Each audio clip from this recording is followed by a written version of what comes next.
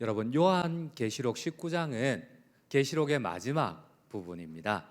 여러분, 세상의 끝나는 날, 마지막 세상의 끝에, 계시록의 끝에 어떤 사건이 기록이 되었을까요? 계시록의 끝에, 세상의 끝에는 어떤 일들이 일어날까요? 이 세상의 끝에는 어떤 일이 일어날까요?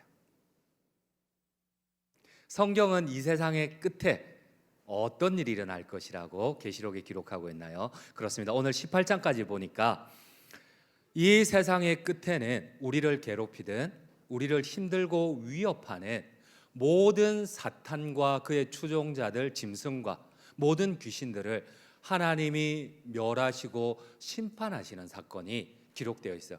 여기까지가 18장까지예요. 우리 한번 18장 2절을 한번 같이 한번 읽도록 하겠습니다. 18장 2절입니다. 힘찬 음성으로 외쳐 이르되 무너졌도다 무너졌도다 컨성 바벨론이여, 귀신의 처소와 각종 더러운 영이 모이는 곳과 각종 더럽고 가정한 새들이 모이는 곳이 되었도다. 여러분, 이제 하나님을 대적하든 사탄을 하나님이 심판하고 우리 그리스도인들을 괴롭히든 모든 세력들을 하나님이 멸하시고 난 다음에 이제 하나님은 모든 피조물들, 특히 그리스도인들의 영광과 경배를 받으세요. 그래서 오늘 19장은 이제 하나님의 심판이 완전히 끝나고 모든 피조물, 그리고 그 중심에는 구원받은 그리스도인들을 하나님을 찬양하고 경배하는 게 계시록의 대단원의 끝을 이루고 있어요. 우리 한번 오늘 본문이 속한 1절 2절을 한번 같이 한번 읽도록 하겠습니다. 1절 2절입니다. 이 일 후에 내가 들으니 하늘에 허다한 무리의 큰 음성 같은 것이 있어 이르되 할렐루야, 구원과 영광과 능력이 우리 하나님께 있도다. 그의 심판은 참되고 의로운지라 음행으로 땅을 더럽게 한 큰 음녀를 심판하사 자기 종들의 피를 그 음녀의 손에 갚으셨도다 하고. 그렇습니다. 세상 마지막 날, 계시록의 마지막은 하나님을 대적하던 모든 원수 사탄과 그의 추종들을 심판하고 하나님이 영광을 받으시는 거예요. 그래서 1절에도 2절에도 할렐루야, 그분의 영광을 찬양하라. 3절에도 그분을 경배하고 찬양하라. 4절에도 할렐루야, 그분을 찬양하라. 이제 세상의 종말에는 하나님의 심판과 하나님의 영광과 경배가 있어요. 그런데 여러분, 심판이 끝이 나고 모든 피조물들이 구원하신 하나님을 경배하는 가운데 전혀 예상하지 못한 엉뚱한 이야기가 등장을 합니다. 새로운 주제로 계시록 19장이면 이제는 모든 것이 끝이 나야 돼요. 하나님의 심판과 영광으로 끝이 나야 되는데 새로운 주제가 생기지고 있어요. 전혀 예상하지 못한, 연결이 되지 않는 새로운 주제, 전혀 엉뚱한 이야기가 나와요. 갑자기 혼인잔치가 나와요. 여러분, 하나님의 심판과 하나님의 영광과 경배와 혼인잔치가 여러분들 연결이 되어요? 아니잖아. 우리를 괴롭히든 악의 세력에 대한 하나님의 놀라운 심판과 하나님의 전능하심과 그리고 하나님을 향한 우리의 경배와, 그리고 여기서 대단원의 끝이 나야 되는데 갑자기 이해되지 않는 혼인잔치 얘기가 나와요. 전혀 엉뚱한 얘기가. 여러분, 우리 한번 오늘 본문을 살펴볼게요. 할렐루야 할렐루야, 그분을 경배하라 계속해서 반복하다가 오히려 전혀 다른 주제로 6절부터 넘어가요. 그게 혼인잔치예요. 우리 함께 읽도록 하겠습니다. 오늘 본문 7절입니다. 함께 읽겠습니다. 우리가 즐거워하고 크게 기뻐하며 그에게 영광을 돌리세. 어린 양의 혼인계약을 얻고 그의 아내가 자신을 준비하였으므로. 하나님의 심판과 하나님에 대한 경배와 찬양과 함께 나오는 마지막 결론의 주제가 어린 양의 혼인잔치와 신부예요. 이걸 어떻게 연결을 해야 돼? 전혀 엉뚱한 얘기를 어떻게 연결을 해야 돼? 요한계시록은 하나님께서 이 땅에 있는 모든 악을 심판하시고 멸하신 것이 가장 큰 주제예요. 대단원의 주제예요. 대미입니다. 가장 큰 기쁨입니다. 그런데 성경은 전혀 엉뚱한 얘기를 하고 있어요. 하나님의 심판과 영광보다 더 기뻐할 것이 있다는 거예요. 아니, 하나님의 심판과 영광보다 더 기뻐할 것이 도대체 무엇이야? 더 기뻐할 것이, 더 큰 기쁨이 혼인잔치고 신부라는 거예요. 여러분, 하나님의 영광보다 더 기뻐하고, 더 하나님의 영광보다 우리가 더 좋아해야 할 큰 주제가 혼인잔치와 신부라는 거예요. 어떻게 하나님의 영광과 신부인 우리를 비교할 수 있겠어요? 그런데 하나님의 영광보다 더 소중한 주제가 있는데, 그게 혼인잔치에 참여하는 저와 여러분들 신부라고 해요. 여러분들 아멘이세요? 여러분, 이 비밀을 깨달으셔야만 돼요. 이 비밀을 깨달으셔야 돼요. 그렇습니다. 여러분, 계시록을 기록한 목적은 하나님의 심판과 영광이 아니에요. 우리는 오해를 해요. 여러분, 계시록은 왜 기록되었을까? 사탄의 화신인 음료와 용에게, 그리고 그의 추종자들인 짐승에게 유린당하는 로마의 황제에게 목숨의 위협을 받고 콜로세움에서 굶주린 사자에게 뜯기고 산채로 화형을 당하는 그 그리스도의 정결한 신부들이 끝까지 신랑 되신 예수님을 배신하지 않고 마지막에 반드시 심판하러 오실 그 신랑의 약속을 믿고 끝까지 우리가 믿음을 지키자. 이게 계시록의 기록 목적이에요. 그래서 성경은 마지막에 드디어 하나님이 심판하셨다, 세상을.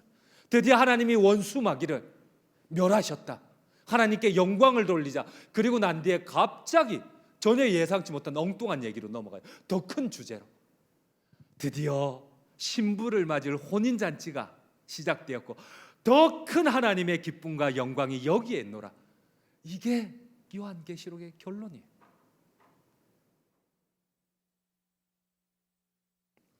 그렇습니다. 여러분, 오늘 성경은 여기에 포인트를 맞춰요. 하나님의 심판과 그분의 영광이 아니라 그분이 맞이할 신부와 준비된 신부 혼인잔치에 주님이 더 큰 기쁨을 누리시는, 심판과 마귀를 멸하신 기쁨이 아니라 멸하고 난 다음에 진짜 신부를 맞이하는 이 기쁨에 성경은 초점을 맞추고 있어요. 오늘 성경은 그래서 먼저 여러분, 이 심판하시는 하나님을 어린 양이라고 해요. 여러분, 세상을 심판하시고 멸하시는 분은 어린 양이어야 돼요? 아니면 사자나 불을 품는 용이어야만 돼요? 그런데 오늘 성경은 세상을 심판하시고 마귀를 멸하신 우리 하나님을, 하나님의 보좌에 앉으신 그분을 보니까 어린 양이래요. 여러분, 어린 양의 이미지는 우리가 생각하는 사랑스럽고 귀여운 양이 아니에요. 초대교회 성도들에게 있어서 어린 양은 바로 그리스도의 신부를 위하여서 자신의 생명을 희생하고 대속 제물로 자신의 몸을 십자가에 찢으신 예수님을 표현할 때 어린 양이라고 그래요. 그래서 오늘은 심판을 완성하신 이분이 어린 양이래요. 여러분, 사자가 되어야지, 큰 용이 돼서 불을 품어야지 하나님은. 근데 그 하나님이 어린 양이래요. 왜? 신부를 위해서 자신의 생명을 대신해서, 신부의 기쁨을 위하여서, 신부를 위하여서 생명을 대신해서 바친 예수님, 신랑 되신 예수님을 강조하기 위해서 심판주이신 하나님보다도 오히려 신부를 위해 생명을 바친 예수님을 강조하기 위하여서 어린 양이라는 거예요. 우리 한번 성경을 읽도록 할게요. 계시록 5장 6절입니다. 우리 한번 사도 요한이 본 바로 하나님의 심판의 보좌에 앉으신 분이 어떤 분인지 한번 같이 한번 읽도록 할게요. 함께 읽겠습니다. 내가 또 보니 보좌와 내 생물과 장로들 사이에 한 어린 양이 서 있는데 일찍이 죽임을 당한 것 같더라. 그에게 7뿔과 7눈이 있으니 이 눈들은 온 땅에 보내심을 받은 하나님의 7영이더라. 여러분, 그래요. 우리의 신랑 대신 모든 사단과 그의 추종자들을 멸하신 이 예수님은 바로 우리를 위해 생명을 바치고 대속 제물로 자신을 찢어주신 바로 신랑 대신 예수님이라는 사실입니다. 이게 계시록의 가장 중요한 기록 목적이에요. 그 예수님께서 이제 모든 심판이 끝나고 세상의 종말에 자신의 희생과 사랑으로 준비한 혼인잔치에 우리 그리스도인들을 초대한다는 거예요. 근데 여러분, 제가 오늘 강조하고 싶은 것은 이거예요. 두 번째, 여러분들 누구나 이 혼인잔치에 참여할 수가 없어요. 그리고 예수님께서 반드시 중요한 조건을 들이대세요. 내가 맞이할 내 신부, 내가 내 몸을 찢어서 맞이할 내 신부, 내가 마지막 날에 세상을 심판한 것보다 더 큰 기쁨과 영광을 얻을 내 신부는 이 결혼식을 위하여 준비가 되어야 된다는 거예요. 여러분들은 우리 주님의 신부가 되기 위하여서 어떤 준비를 하고 계세요? 주님은 반드시 오늘 말씀을 하세요. 자기의 희생과 생명으로 여러분들을 구원했고 신부로 맞이하기 위하여서 신부인 여러분들이 준비되어야 된다는 거예요. 여러분들은 주님을 위하여서, 신랑 되신 주님을 위하여서 무엇을 준비하고 계세요? 우리 함께 성경을 읽도록 하겠습니다. 오늘 본문 19장 7절입니다. 함께 읽겠습니다. 우리가 즐거워하고 크게 기뻐하며 그에게 영광을 돌리세 어린 양의 혼인 계약이 이르렀고 그의 아내가 자신을 준비하였으므로. 여러분들은 자신을 어떻게 신랑의 이 어린 양의 신부로 준비를 하고 계세요?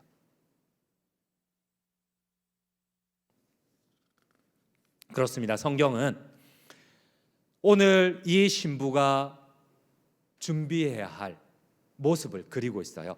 우리 한번 19장 8절을 함께 읽도록 하겠습니다. 19장 8절입니다. 그에게 빛나고 깨끗한 세마포 옷을 입도록 허락하셨으니 이 세마포 옷은 성도들의 옳은 행실이로다. 여러분, 분명히 신랑은 우리에게 요구를 하세요. 분명히 신랑은 신부로 준비되는 것, 구체적으로 세마포 옷, 신부의 세마포 옷을 입고 옳은 행실로 준비하기를 바라고 계세요. 이 혼인잔치에 참석하기 위한 신부의 준비는 바로 성경은 이렇게 얘기를 해요. 세마포 옷을 입고 그리고 옳은 행실로 준비된 자들이다. 여러분, 이 세마포 옷과 옳은 행실이 어떤 의미일까요? 오직 신랑이신 예수님을 바라보며 신부의 책임을 지는, 바로 신부의 옳은 행실을 통하여서 세마포 옷을 짜서 입은 그 신부만 여러분 이 혼인잔치에 참석할 수가 있어요. 사랑하는 성도님 여러분, 이 혼인잔치에 우리가 준비할 신부로서 준비되기 위한 옳은 행실과 세마포 옷에 대해서 우리 하나만 제가 한번 증명을 한번 해볼게요. 사랑하는 성도님 여러분, 우리가 예수님의 신부로서 천국 영생을 상징하는 것 가운데 하나가 성찬식이에요. 여러분들은 떡과 포도주를 먹음으로 우리가 그 혼인잔치에 들어간다고 생각을 하는데 그건 아니에요. 여러분, 이 포도주에는 당연한 우리의 서약과 책임이 따라요. 여러분들은 포도주를 마시는 게 성찬식에 참여하는 거지만 이거는 상징일 뿐이에요. 여기에는 여러분들이 신부로서의 준비와 책임이 필요해요. 우리 PPT를 한번 보도록 할게요. 성경은 예수님의 재림걸 그 당시에 이스라엘 문화인 혼인 예식을 통해서 예수님이 비유로 설명을 하세요. 성경은 이 혼인을 약속, 책임, 준비라고 합니다. 그래서 원래는 원 제목이 더 커버넌트예요. 언약이에요. 구원이에요. 솔베이션이에요. 그런데 한국어로는 이것보다는 저게 더 구원과 그리고 언약에 더 맞다 했는 게 뭐냐면 가나의 혼인잔치예요. 그리고 부제로 언약이라는 걸 붙였어요. 여러분, 왜 혼인잔치가 우리의 그리스도인의 준비와 책임과 옳은 행실과 세마포 옷이 될까? 그렇습니다. 우리 두 번째를 한번 보도록 할게요. 여러분, 주님께서 이 땅에 오신 그때의 이스라엘의 문화는 우리와 문화가 달라요. 그런데 주님께서 이런 말씀을 하세요. 신부가 준비해야 할, 혼인잔치에 들어가기 위해서 준비해야 할 바로 그 세마포 옷, 옳은 행실은 이런 의미다, 이러면서 성찬식을 하세요. 많은 이들이 지켜보는 가운데 여러분, 이스라엘 문화의 결혼식은 신랑이 신부에게 청혼을 합니다. 일가 친척들을 다 모아놓고 동네의 모든 증인들을 다 모아놓고 신랑이 신부에게 청혼을 하는데, 여러분 요즘은 청혼을 할 때 어떻게 해요? 소유야, 재영이가 어떻게 나한테 청혼하든. 청혼 안 했어? 재영이 어디 있어? 야, 너 왜 청혼 안 했어? 다이아몬드 이런 거 안 줬어? 무릎 안 꿇었어?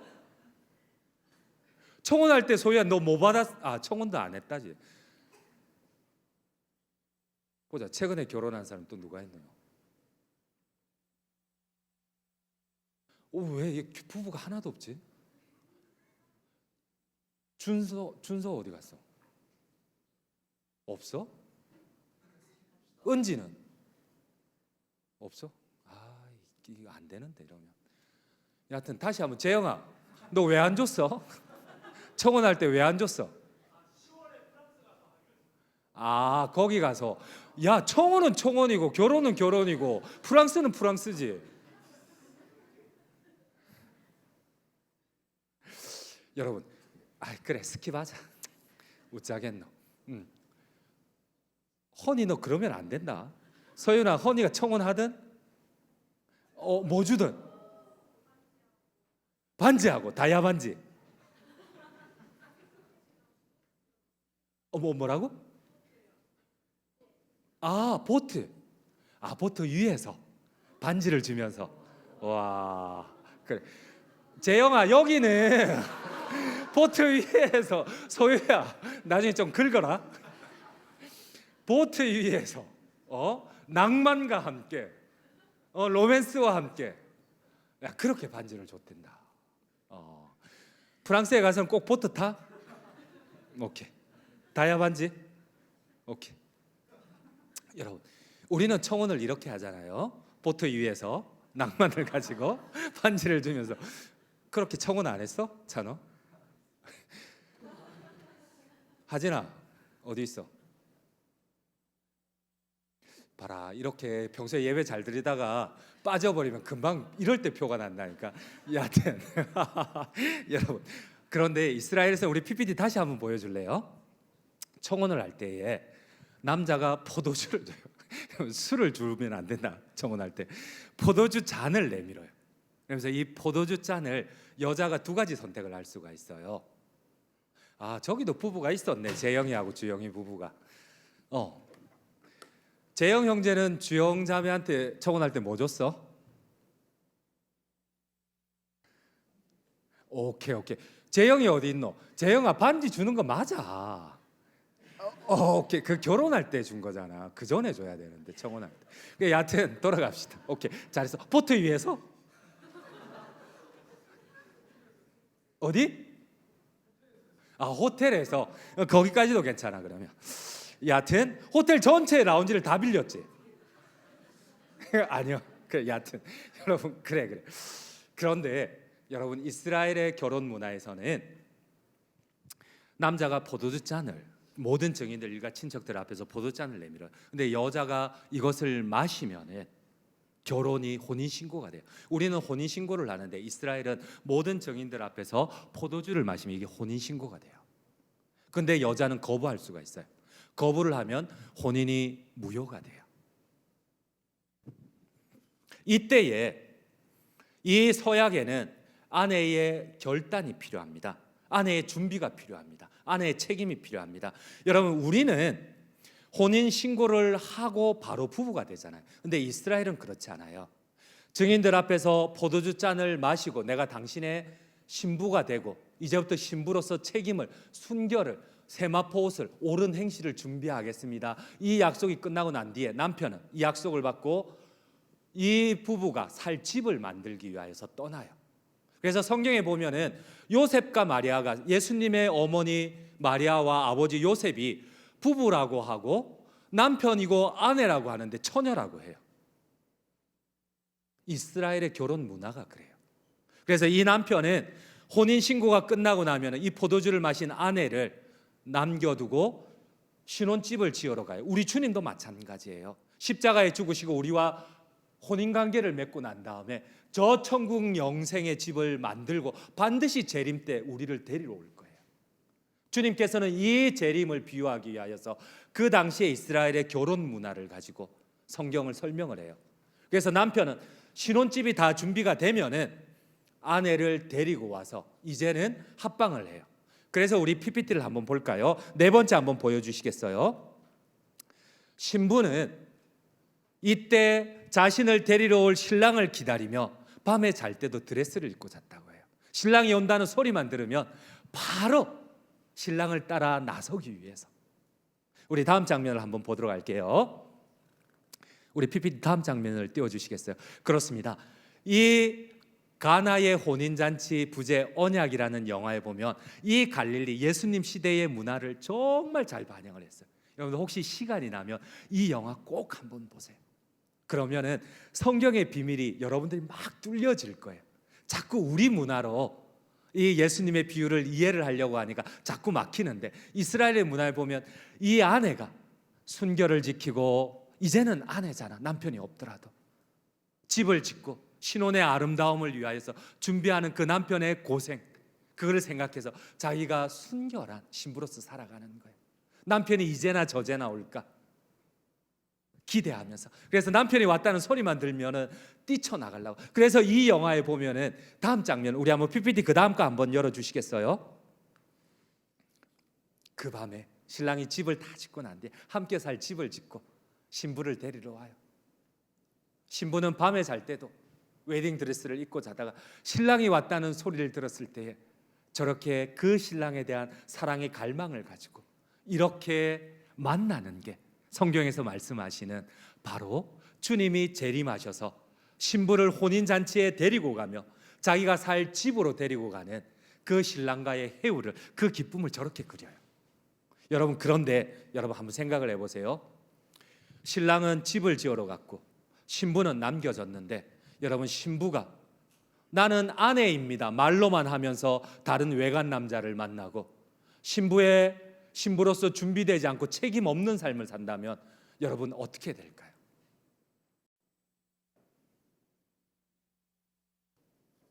우리는 신랑을 열망하며 신부로 살아야 됩니다. 주님께서도 반드시 얘기하셨어요. 신부가 내가 세상을 심판하고 우리의 원수 마귀를 멸하고 난 다음에 더 중요한 혼인잔치를 열 것이다. 그리고 그 혼인잔치를 위하여서 내가 처음에 왔을 때에 우리가 부부 이렇게 혼인신고를 하고 너에게 부탁한 준비, 순결한 삶, 옳은 행실, 금방 끝낼게, 빨리 꺼, 금방 끝낼게, 이렇게 했어요. 어디까지 했더라? 여러분, 그런데 우리가 주님의 신부이면서 예수님의 재림과 혼인을 준비하며 책임 있는 삶을 살지 않는다면 여러분, 우리가 혼인잔치에 들어갈 자격이 있을까? 옳은 행실이. 여러분들에게 한번 묻고 싶어요. 여러분들은 예수님을 믿고 주님의 신부라고 하는데 나는 얼마나 책임 있는 신부로 살고 계세요? 오늘 설교의 적용은 이 부분이에요. 나는 예수님을 믿는다고 하지만 마치 예수님과 신랑 되신 예수님과 하등 상관이 없는, 여전히 미혼처럼 처녀처럼 나는 살아가지는 않습니까? 신랑하고는 하등 상관없이, 신랑이 원하는 기준하고는 하등 상관없이 내가 임의로 결정하고 내 뜻대로. 분명히 신랑은 우리에게 부탁했어요. 신부로 준비되기를 원하고 세마포 옷을 입기를 원하고 책임 있는 삶을 살기를 원한다. 그래서 신명기 22장에 보면, 우리 한번 신명기 한번 열어주실래요? 신명기 22장 23절 24절입니다. 함께 읽도록 하겠습니다. 처녀인 여자가 남자와 약혼한 후에 어떤 남자가 그를 성읍 중에서 만나 동침하면 너희는 그들을 둘 다 성읍문으로 끌어내고 그들을 돌로 쳐 죽일 것이니 그 처녀는 성 안에 있으면서도 소리 지르지 아니하였으며 그 남자는 그 이웃의 아내를 욕보였음이라. 너는 이같이 하여 너희 가운데서 악을 제할지니라. 여러분, 여기에 보면 여자가 혼인을 했는데 그 여자가 임신을 하면, 여러분, 혼인하면 임신하는 게 당연한 거 아니에요? 근데 성경은 이렇게 했어요. 여자가 혼인을 했는데 임신을 하면 그 처녀인 여자를 돌로 쳐 죽여라. 이 앞뒤가 하나도 안 맞잖아. 근데 이스라엘의 결혼 문화가 그래요. 혼인 신고를 했는데 아직까지 처녀예요. 그런데 임신을 하면은 혼인의 책임을 지지 않은 거예요. 그래서 그 여자를 잡아다가 도대체 남자가 누구인지 밝혀서 그 둘을 돌로 쳐라는 거예요. 여러분, 근데 요셉은 자기가 분명히 합방하지 않은 마리아가 예수님을 잉태를 했어요. 그리고 조용히 끊고자 했어요. 근데 다른 방법을 취할 수도 있어요. 그대로 자기의 포도주를 마실 때 증인이 되었던 일가 친척들과 이웃들 앞에서 마리아를 돌로 칠 수가 있어요. 근데 요셉은 이거는 선택하지 않았어요. 조용히 혼인 관계를 끊고자 했어요. 여러분, 그런데 우리 역시도 그리스도의 신부입니다. 여러분들은 그리스도의 신부로서 얼마나 책임 있는 삶을 삽니까? 그분의 신부로서 얼마나 준비하고 계십니까? 재영이 너 왜 거기 앉았어? 아까는 저쪽에 앉아 있더니만. 우리 뒤에 한번 박수 한번 쳐줍시다. 그래도 반지로 대신할 수 없다 그거. 소야 분명히 반지 다시 하나 더 받아야 된다. 오케이. 여러분, 오늘 계시록에 보면 두 여인이 등장을 합니다. 두 여인이. 우리 한번 2절을 한번 볼게요. 함께 읽겠습니다. 2절입니다. 그의 심판은 참되고 의로운지라 음행으로 땅을 더럽게 한 큰 음녀를 심판하사 자기의 종들의 피를 그 음녀의 손에 갚으셨도다. 7절에도 한 여인이 등장을 합니다. 함께 읽도록 하겠습니다. 우리가 즐거워하고 크게 기뻐하며 그에게 영광을 돌리세. 어린 양의 혼인 기약일을 얻고 그의 아내가 자신을. 오늘 본문에 보면 두 여자가 등장을 합니다. 하나는 음녀고 하나는 그리스도의 정결한 신부입니다. 여러분들은 어느 쪽인 것 같아요? 여러분, 이 음녀는 사탄입니다. 여러분, 사탄은 하나님이 가장 아름답게 만든 피조물이에요. 이사야에 보면은 너 아침의 아들 계명성이요, 하나님이 너를 가장 아름답게 창조했다고 해요. 하나님이 가장 아름답게 창조한 이 사탄 루시퍼가 갑자기 이런 고백을 해요. 내가 나의 자리를 저 북쪽 하늘 끝에 높이고 내가 가장 높은 자와 내 자리를 같이 견주고 내가 그보다 더 높아서 내가 더 하늘로 올라가리라. 여러분, 분명히 하나님이 하나님의 가장 아름다운 피조물처럼 신부처럼 우리뿐만 아니라 천사들도 만들었어요. 그런데 그들이 음녀가 되어요. 자기의 책임을 지지 않고 순결을 지키지 않고 하나님의 그 피조물에 합당한 자리에 서지 않고 하나님보다 자꾸만 높아지려고. 여러분, 사람은 그렇지 않나요? 아담과 하와가 영원한 에덴 동산에서 하나님의 집에서 영원한 영생을 누리고 생명나무 열매를 먹고 영원히 하나님께서는 영생을 누리기를 원했어요. 하나님과 사랑의 관계로. 그러나 이들이 선택한 거는 이거였어요. 야, 이거 선악과 먹으면 하나님과 같아진대. 그래서 그들이 선택한 거는 신부의 책임을 지는 게 아니고 신부로서 준비되는 삶을 사는 게 아니고 선악과를 먹고 하나님과 같아지려고 했어요. 여러분, 어쩌면 우리가 그리스도의 신부라고 하지만 여러분들 나의 삶이 책임 있는 삶이에요. 예수 그리스도를 기다리는 삶이에요. 어떠세요? 한 사람만 소개를 하고 설교를 마치려고 합니다. 우리 한번 PPT 7번째 한번 열어주시겠어요? 언젠가 힐링 캠프라는 TV 프로그램에서 이지선 자매가 출연을 했어요. 여러분, 23살에 저 위에 보면 이지선, 지금 이제 한동대 교수님으로 계시는데 한 20년 된 것 같아요. 이제 목사님이 대학원 다닐 때쯤, 박사과정 할 때인가, 여튼 뭐 그쯤 어디쯤이에요. 근데 저 23살의 나이에 교통사고를 당했는데 3도 전신 화상을 입었어요. 그리고 눈에서 이렇게 딱 이 화상에서 온 몸이 다 타버렸어요. 저 얼굴이 한 23번 수술을 한 거예요. 근데 처음에는 자기가 자기 얼굴을 보았을 때 희망이 있었어요. 아, 수술하면 되겠지. 근데 5번을 하고 10번을 해도 그제서야 깨달은 거예요. 아, 난 돌아갈 수가 없구나.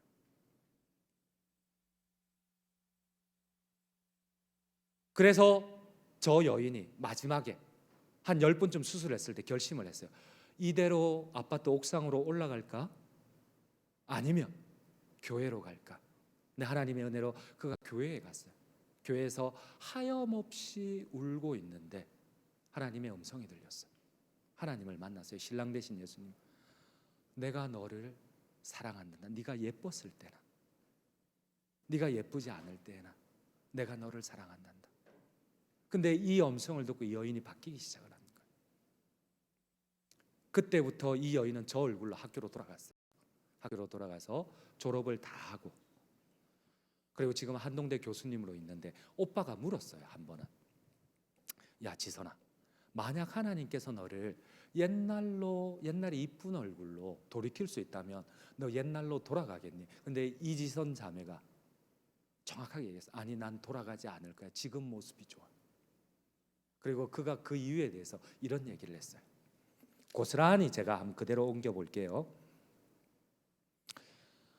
사고 이전의 얼굴로 돌아갈 수 있다면 그렇게 하고 싶니? 근데 지선 자매는 이렇게 얘기를 했어요. 사고 나기 전에 자신은 참 많은 사람들에게 예쁘다는 칭찬을 받았지만 이러한 칭찬과 기쁨은 자신을 위한 기쁨이었다. 하지만 지금은 그리스도의 신부로서 신랑된 그리스도를 준비하는 삶. 내가 이런 모습을, 우리 다음 장면을 한번 보도록 할게요. 내가 많은 사람들에게 비록 고통을 당하고 어려움을 당하지만 신랑 대신 예수님을 준비하는 삶. 지금은 그 신랑 대신 예수님을 많은 사람들에게 전할 수 있는 삶. 신랑 대신 예수님 앞에 신부로서 부족하지 않는 책임 있는 삶을 더 살고 싶다. 그래서 나는 이전의 이쁜 얼굴로 돌아가고 싶지 않다. 그렇게 진실되게 얘기를 했어요. 여러분, 사랑하는 성도님 여러분, 신부의 참된 자격은 무엇일까요? 어쩌면 여기에 있는 많은 자매들께 묻고 싶은 것이 있어요. 여러분들은 어떤 선택을 하겠어요? 이지선 자매라면 여러분들은 교회 갈 때 왜 그렇게 꾸미고 화장하고 와요? 예수님은 중심을 본다는데 여러분들은 왜 얼굴만 꾸며요?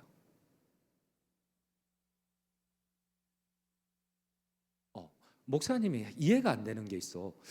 내가 1부 때나 2부 때 오늘도 예배를 인도를 하는데 보면 여자분들이 항상 지각을 해요. 그래서 왜 지각을 해요? 이러면은 치장하는 데 시간이 많이 걸린대요. 그런데 분명히 주님은 중심을 보시지 외모는 안 본다고 하거든. 그러면 주님을 위해서 준비하는 치장은 아닌 거잖아. 우리 여기 있는 자매들 어때요? 어떻게 생각하세요? 아님 말고 결론을 맺도록 하겠습니다. 우리는 예수님이 우리를 신부로 맞아주기 전에는 하나님 앞에 설 수 없는 음란한 여인, 호세아의 아내 고멜과 같은 자들이에요. 예수님의 구원의 족보에 들 수 없는 기생 라합과 같은 자들이에요. 오늘 요한계시록 19장에 나오는 하나님과 같이 되겠다고 선악과를 따먹은 음녀와 같은 자들이에요. 그러나 주님께서 자신을 희생하셔서 우리를 아내로 맞아주셨어요. 그러므로 우리 장전중앙 성도님 여러분, 여러분들께서 준비된 아내로서 책임 있는 삶을 함께 살기를 원해요. 여러분은 어떠세요? 비록 이전에 나는 어떠하든지 지금이라도 내가 자유분방하게 내가 결정하고 내 마음대로 살아가는 것이 아니라 신랑 대신 예수님 앞에 책임 있는 신부로 살아가시는 우리 모든 성도님들 되시기를 간절히 주님의 이름으로 축원드립니다.